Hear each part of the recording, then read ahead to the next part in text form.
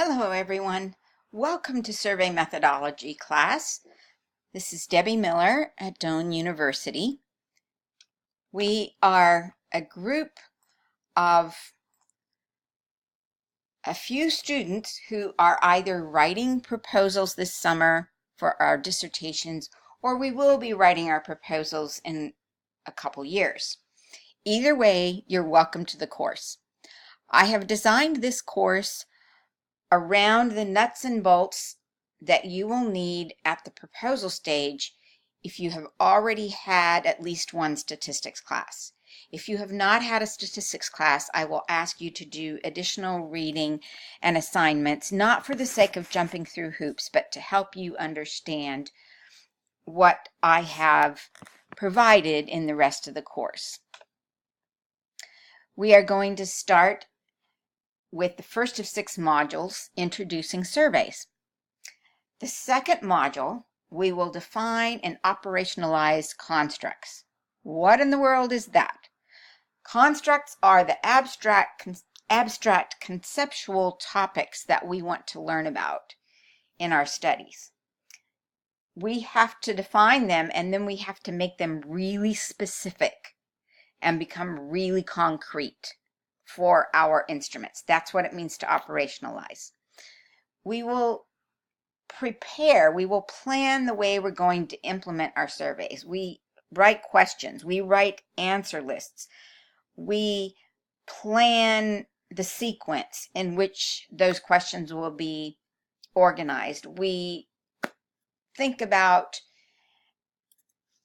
whether we're only going to give our participants a web instrument, or will we also give them the option of face-to-face? Now, in this course, you only have to do one or the other, but there's a lot of planning that goes on that we will plan for, even though we only implement a subset of our plan in this course. And then we're going to focus a lot on something you may not have thought about, and that is how to make our questionnaires communicate with our participants like a conversation. And we're going to think about the invitations we write to our participants. We're going to think about the thank you notes we write, and how to make the study as personal as possible. Then we will pre-test. For this class, you'll pre-test with one person, but you will want to pre-test with more than one person for an instrument that you actually implement. The end of the 6th module, you will upload a portfolio to Blackboard. You will have worked on the portfolio throughout the course. Nothing gets graded. There are a few assignments with points, but nothing is really an evaluation-based points until you get to the portfolio, because I believe in revising it as many times as you want to, and as many times as we have time to do. Probably you're going to get one set of feedback from me for each module and then implement that at the end. Also, we will have a one-on-one debriefing where you will get to explain your rationale in ways that I might not know about, because you're going to prepare a study that is not in a field that I'm an expert in. So you get to show off, if you will, why you have made your decisions at the end. We're going to have the modules scheduled on a weekly basis. If you need to submit an assignment on a different day for 1 week and you still want me to give you feedback, let me know in advance and we'll work it out. If you need to revise the overall schedule because you're working full-time and or you're taking multiple classes, I'd like you to send me a short proposed contract of when you will submit each module, and we'll agree, and then you'll have your own schedule. 2 required textbooks. One is a combination of survey methodology from the field of sociology and measurement scales from the field of psychology. The other little book is designed for educators. It's very easy reading. You will refer back to it many times. There are 3 optional texts that are all available through Doan's Library. You may want to purchase them in the future, especially if you are writing a survey dissertation or if you do a survey beyond your dissertation. Each week, I have given required readings. If the readings do not come from the required books, I will provide them to you. I also give optional readings, many optional readings. Don't get overwhelmed. Part of my intent is to allow those of you who have less background to complement the pieces that you're missing.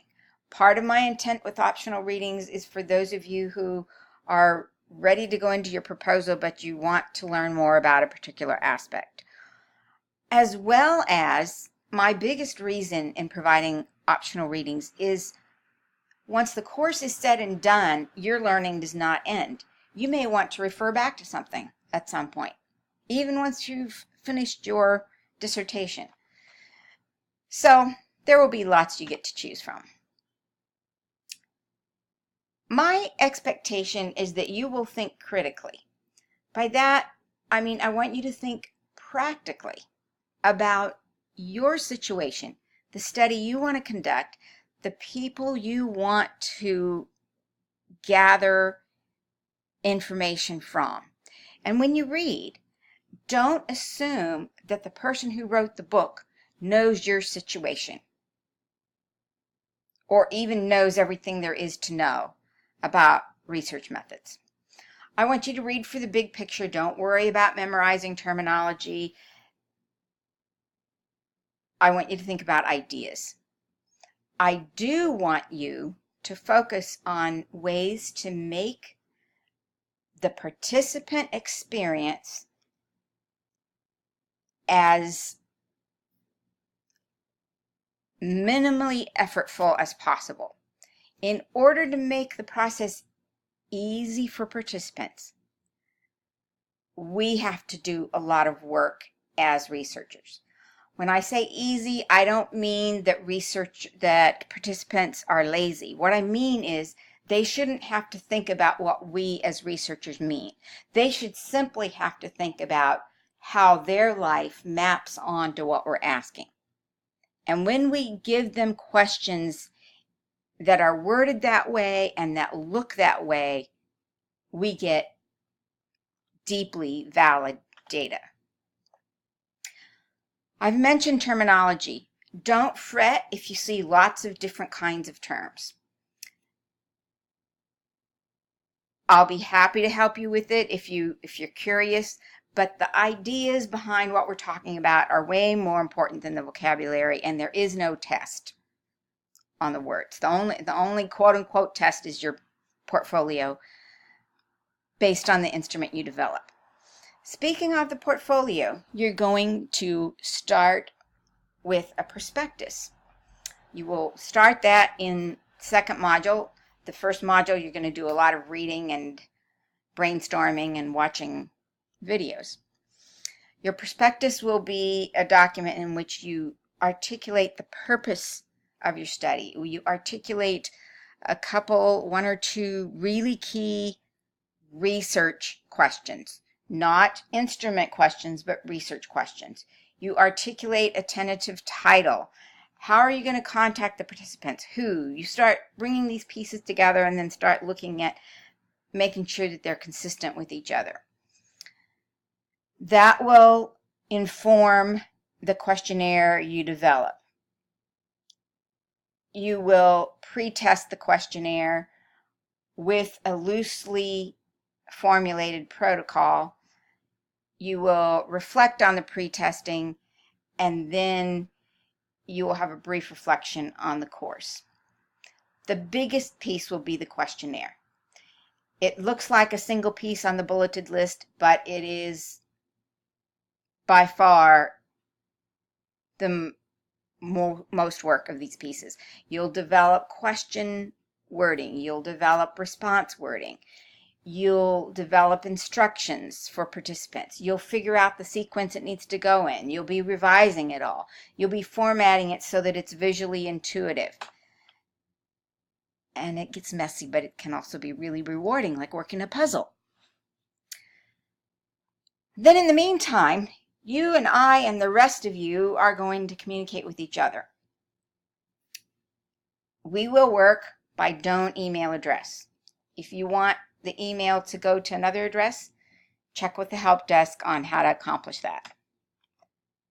I have assigned you to groups of 2 or 3. You will meet with those groups at least 2 times of your choosing. You're going to need to be flexible because you may not all be at the same point in the course at the same time. I'm available in person. I live in Lincoln.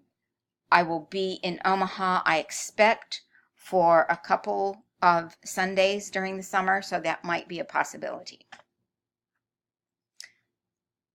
I ask you to be flexible.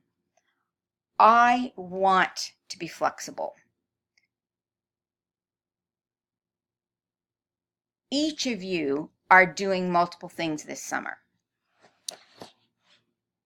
And I believe the beauty of this course, I intentionally am not using certain terminology that you're used to so that we don't have to get into an overly pedantic wording for doctoral students, but there is a lot of wiggle room as to who can take this course at what stage and at what schedule.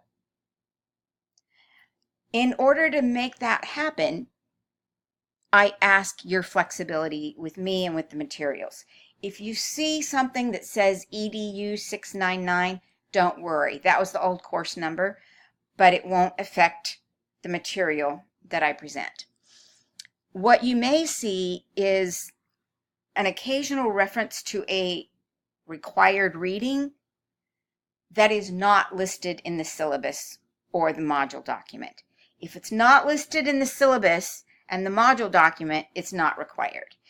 It may be an occasional mention on a video that something was required, but the video does not supersede the syllabus.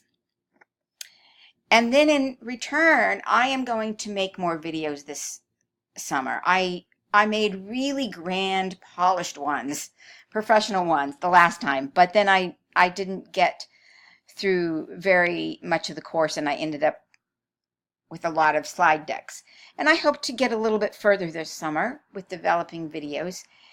And by golly, we're going to make this work and we're going to actually enjoy it, I hope.